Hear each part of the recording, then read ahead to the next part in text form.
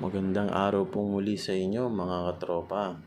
Ayan, meron tayo ngayong tanggap na isang laptop Asus i7 8th Gen.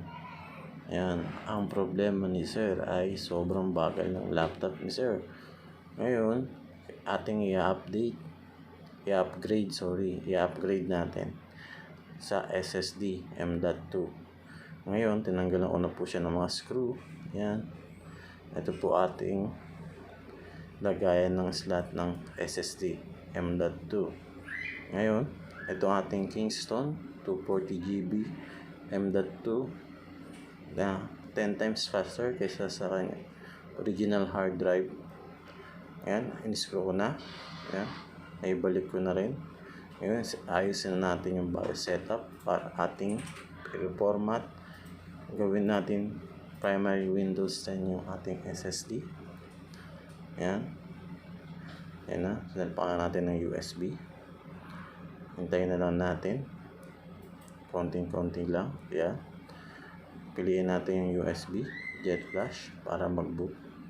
Then mag-setup sa bagong Windows 10. Ayan. Yun nga lang guys. Medyo matagal talaga mag-format. Ayan. Kailangan talaga mag-hintay. Actually, umabot minsan ng mga 2 hours. Depende sa laptop. Minsan 1 hour. Pero pag ito mga M.2, mga 45 minutes, maximum 1 hour.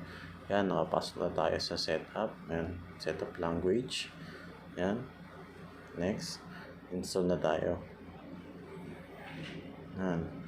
Yan, copying files na. Installing Windows. Yan. Yan, mabilis naman siya. Mag 1 to 100, tapos hindi natin mag-restart. Ayan. Ayan, 96% na after 20 minutes. Ayan, let's start.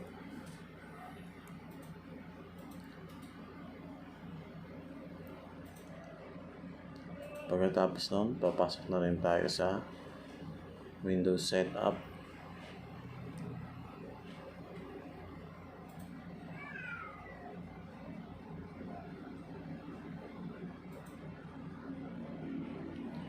Ayan, let's start na.